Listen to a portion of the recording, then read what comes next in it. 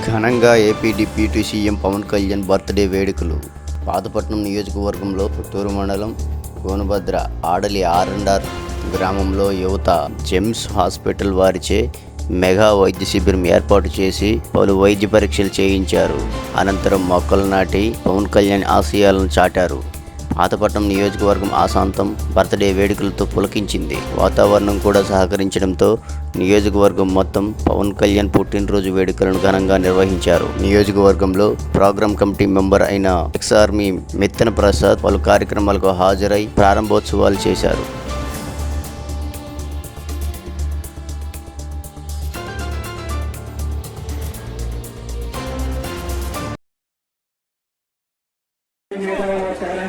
వాళ్ళ యొక్క సహాయ సహకారాలు మాకు అందించడం జరుగుతుంది. అదేవిధంగా దానిలో భాగంగా ప్రజెంట్ బయట బస్సులు వచ్చి అందరూ అనారోగ్య బస్సులు ఏర్పాటు గురవుతున్నారు. అందుకు ఏం చేయాలని ఆలోచిస్తే మెడికల్ క్యాంపులను ఏర్పాటు చేస్తే అందరి ప్రజలకు అందుబాటులో ఉంటుంది. అందరికంటే వినియోగించాలని చెప్పి ఆలోచన జరిగింది. అందుకని సరైన సమయంలో మా అధినేత పవన్ కళ్యాణ్ పుట్టినరోజుగా నిర్వహించడం జరిగింది. అంతేకాకుండా మా గ్రామంలో మా పంచాయతీ వచ్చేసి సుమారు 4 గ్రామాలు ఉన్నాయి. ఈ 4 గ్రామాల్లో కూడా జనసేన నుంచి కంటేగా ఒక ఇద్దరం తీసుకున్నాము. మేము ఏ కార్యక్రమం చేసినా ఏం చేసినా అందరినీ కూడా కలుపుకుంటూ పోయి ఒక యూనిట్ గా చేయడం అనేది జరుగుతుంది. ఇక్కడ ఒక ఇంట్లో ఉన్న కుటుంబాలు కూడా ఉన్నాం, ఒక మాట మీద ఉంటాం. కానీ అలాంటిది ఈ పంచాయతీ విషయానికి వచ్చేప్పటికి ఒకే మాట ఒకే విధానంతో మేము వెళ్తున్నాము.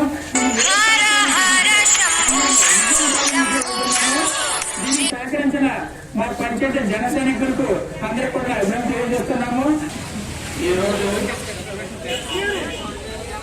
జనసేన పార్టీ వ్యవస్థాపకులు మా ఆరాధ్య దేవుడు శ్రీ కొణిదెల పవన్ కళ్యాణ్ గారి పుట్టినరోజు సందర్భంగా ఎవరూ చేయనటువంటి ఔన్నత్యమైన కార్యక్రమాన్ని మన జన సైనికులు ఇక్కడున్న ప్రజలు ప్రజానాయకులతో సమృద్ధిగా కృషితో ఈ కార్యక్రమం చేసి ఈ కార్యక్రమం చేయాలంటే ఎంతో మంచి మనసు ఉండాలి. ఎందుకంటే ఇది 10 మంది ప్రజలకు ఉపయోగపడే కార్యక్రమం. ఎందుకంటే ఈ రోజుల్లో అన్నిటికంటే పెద్ద సమస్య మెడికల్ ప్రాబ్లం. ఎందుకంటే మనం తింటున్న ప్రతి ఫుడ్ ప్రతిదీ వస్తువులు కూడా కెమికల్తో కనుక మన పాత మనుషులుకున్నంత ఇది ఇప్పుడు కొత్త వాళ్ళకి ఎవరు కూడా విపరీతంగా మెడికల్ ప్రాబ్లమ్స్ వస్తున్నాయి. అందుకోసమనే ప్రతి వ్యక్తి చెట్లు నాటితే అప్పుడు మన కనీసం మన కోసం కాకుండా మన భావితరాల కోసమైనా మీరు ఎప్పుడు మీ ఇంట్లో చిన్న మొక్కలు తింటే ఇప్పుడు మీ మనవరాలు వాళ్ళు తింటారు. అలాగే మీ టైంలో నడిస్తే మా కుటుంబీకులు రానున్న జనరేషన్ వాళ్ళ కోసం పనికొస్తుందనే ఉద్దేశంతో ఆయన ఈ చెట్లు నాటే కార్యక్రమం మొదలుపెట్టారు.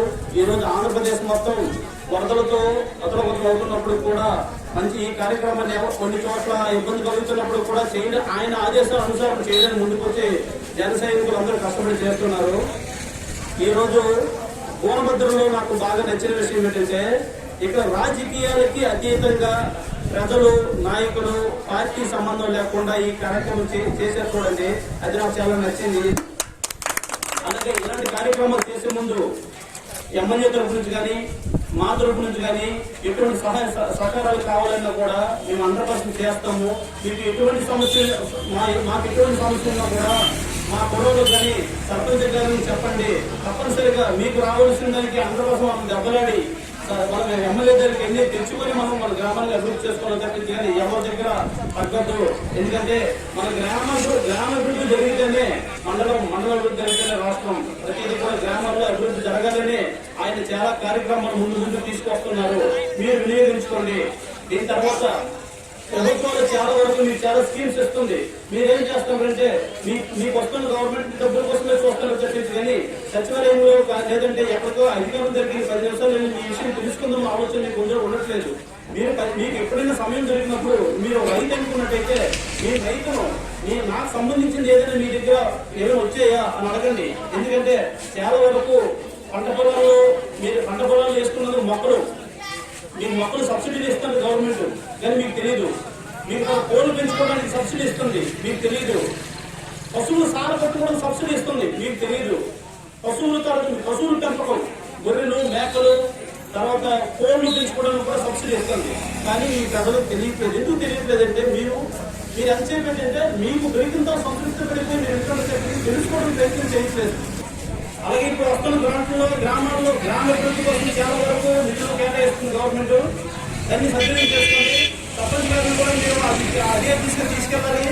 సమస్యలు ఎక్కడో చెప్పి దానికి కొద్దిగా విజయబద్ధంగా గ్రామాన్ని గోనపద్ధతిని మళ్ళీ ఒక మంచి మంచి మంచి గ్రామంగా తీర్చిదిద్దే బాధ్యత మీరు అందరూ తీసుకుంటేనే జరుగుతుంది. అలాగే నేను ఇంకో మాట ఇస్తున్నాను.